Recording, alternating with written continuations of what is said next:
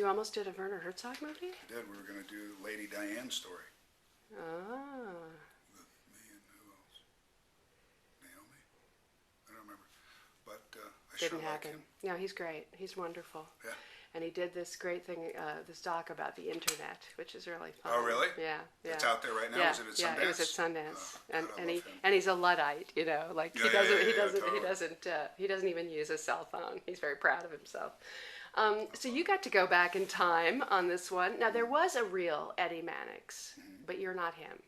What's the difference No. between the real guy and the one you're playing?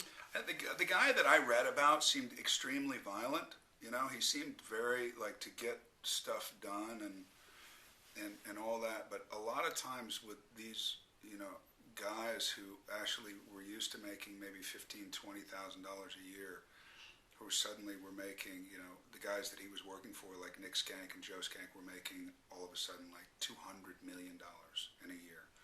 So Eddie was doing very good, and with kind of insecurities and the mob connections that he had and how he was used to, you know, bricklayer and all this kind of stuff. He was used to doing things a certain way. But now, so he was very, very thuggish from what I got. So there's a bit of a street guy underneath your guy too. A street guy for sure, but definitely a straight guy also.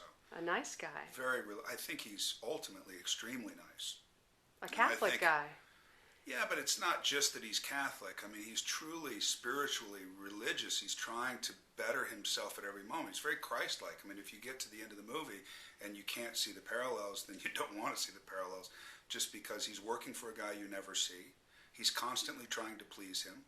He's going in for confession all the time to make sure that he's keeping himself in check while he, you know, keeps all these debaucherous children in check.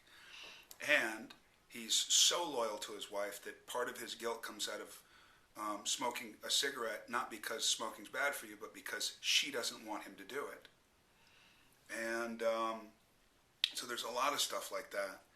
And him wanting to please his boss because he's doing the best job that he can. He's doing. Is he doing it for him, or is he doing it because when he talks to Nick Skank, he's like, hey, Mr. O, maybe we can do that, maybe we can do that. Maybe, no, that better? Okay, great, whatever you think. What his word goes, like God to Jesus. One thing that confused me was that he seemed to feel a certain bond with the relationships that he had at the studio with the stars, with the talent, but he didn't seem to care whether the movie was any good or not, if you see what I mean. I think he's understands, like most of us don't, understands that you can never know whether a movie is good or not. I think, you know, the wet clay that films are, that sometimes you can give up, throw it against the wall, which I heard about a certain movie and a certain filmmaker doing, and that movie won Best Picture, and it won him his only Best Director Oscar.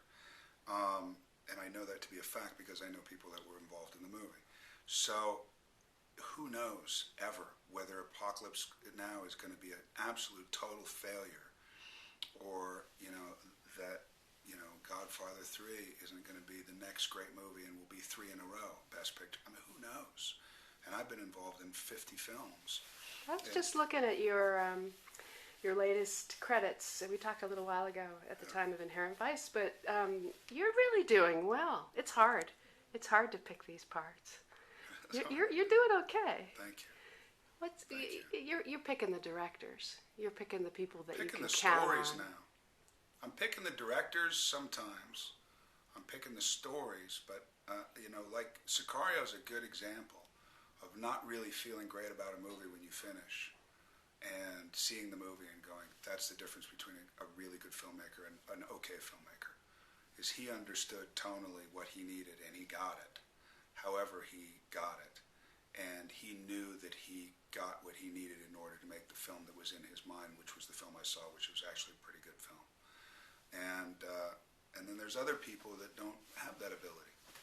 They don't have the talent, or they don't have the experience, or they haven't been hit hard enough by failures or whatever that is to want to do better or want to study more. They like the idea of being a filmmaker than they do necessarily being a filmmaker, whatever it is. I just feel that, God, that sounded like Eddie. I just feel that I've been very, very lucky recently in being given a chance to play parts that are absurd enough to really hold my interest in a big way. Well, this one certainly falls in that category. So my favorite scene that I'm sure everyone is asking you about today is the one where you get to slap George Clooney. It's so funny because everybody talks about character names until they talk about me slapping Clooney, and then they call him Clooney. They call him Baird before that, and then when they talk about Josh slapping Clooney, before it was Eddie and Baird, now it's Josh slapping Clooney. So how was that written, and how did the execution differ from how it was written? I don't remember how anything is written. All I know is what we did, and what we did was appropriate for the moment. And all I know is the number of slaps changed often, and you seem to enjoy it. He did, or me. You. I didn't enjoy it. I looked like I was tortured. Eddie looked like he was tortured.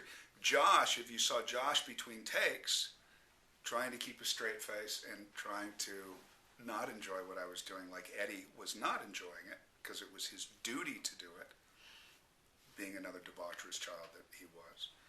Actually, he got up and slapped him because if you watch the scene again, he talks poorly about Nick Skank, which is his boss, and it's like blasphemy to him. He says Nick Skank, and Eddie's looking away, and when he says Nick Skank, he goes back like that, and he makes the decision. That's it. I'm done. Done listening to this child. I'm like, and then he does what he has to do. I interpreted it as a little bit of a sort of snap out of it moment. That's what it is, totally. Yeah. Snap out of being anyway. Yeah, no, that whole ending is choice. It's absolutely choice. Good. And George looks good in a skirt, I have to say. And with orange makeup. And you, you're one way in front of other people in the movie, and you're another way in front of the person you're confessing to, in front of God, if you like. Yeah. It offers up another opening. I think that's why when Eddie started crying or started weeping or whatever, shamefully weeping at the end of the first confession, I think that pleased Joel and Ethan very much because they realized that Josh Brolin had an intrinsic understanding of Eddie as opposed to, do we have this or not? I think they were very pleased because that wasn't a direction. That was something that just happened, and they just said, that's it, we got it, and they moved on. They walked away, which is them saying, good job. So that was good. Well, they have a lot of details in mind, usually, as I understand it. What's it like being... Filmically, they do. Yeah. Filmically, they do, not character-wise, because character-wise, they just go, basically, there's the character. They've done the research that they've done for writing it, and then they give it to me, and they, for some reason, trust me to do what I need to do as an actor in order to find it, and which is a totally torturous process sometimes. And I'll put something on the phone and send it to them, and they say, what do you think of this? And I realize it's not really Eddie Mannix, and then I was reading The Fixer, and then I was reading about Thalberg and Strickland and Mayer and Mayer and Thalberg, yeah. Thalberg, but then there was Strickland. So all these people, and then I started saying, well, what kind of a Jersey accent, and like how much do we want to go with the cadence of the 50s, because sometimes it can sound really impersonal, and if he sounds too impersonal, they're not going to really believe that he cares about these kids of his, when you do have to care. There's no way you can pull off what you can pull off. It's like, yeah, Baird is probably drunk, screwing some extra, but now that we know that he's not, we have to get him back because it's what keeps the cog going. But at the same time, we care about these little children in order to keep this factory moving. So always doing that, and then Joel and Ethan will go like, how's this voice? And they'll be like, it's okay. And I go, okay. So I keep going, and then they go, oh, that's good. I like the P's. Not necessarily the THs, but I love the P's. So then I don't know if they're screwing with me. I don't know if they're just having fun and watching me go through this torturous process. But in the end, it all works out, or at least this time it does. No, definitely. So what is your So were they using like old movie techniques? Did it feel like you were in an old movie, or did it feel like it feels like on any other film? No, when you're on the set, because it was a controlled situation a lot of times, so it really did feel. But I'd done the Gangster Squad and I'd done things like that that felt that way also. But it did feel like you were in an older movie. But no, with filming techniques and all that, like they were more irritated than I've seen them in other movies. Oh no! Apparently, I just talked to them. Yeah. This was rough for them. Yeah, they said it. Yeah, and so that was another thing. Like, hey, what should I do with this moment, this character? And they were like, we're trying to figure out what we're going to do with the synchronized swimming thing. I was like, but that's not more important than what I'm asking you. They were like, but it is. But it's not. But it is. So I was contending with that. I was contending with synchronized swimming, and I was contending with Channing's dancing, which is fine. It was just nice competition to have. But well, you're kind of the straight man, which is sometimes, or do you object to that idea? I mean, it's sort of it's in many ways it's the toughest role to play. You're not broad comedy. You're not, heroic exactly. You're the good guy. It's a great discipline to have in a movie like this because you have to be the ground. Right. And even though if you didn't see the other characters, you wouldn't say that he's the straight guy because there's a lot of, hey, Thessaly, oh my God, and all the voice and all that kind of stuff. And if you were to see it as himself only, you would say, wow, that's all over the place. You're doing like a 50s guy or a 50s character or whatever you're doing. But because Rafe comes in and that thing, or because Alden comes in, he's talking like this. That's bad for movie stars everywhere. And all this kind of like full caricature stuff, which is also amazing. George, all that stuff. So therefore, I'm the through line. I'm the grounding. But like compared to something like Inherent Vice, that guy was like the opposite, whereas Joaquin was the ground, and my character was, moto panikeku, out of his mind, crazy. So it all depends on, and the thing that I just finished, Legacy of a White-tailed Deer, I'm all over the place. I mean, I'm insane. How is that? Don't know. Mm-hmm. We don't ever know, but crazy. Could be moving, could be totally over the top, could be, I don't know. I just know I'm a big boy in it with a big-ass mustache. That's all I know. It's always the hair. It's always the hair.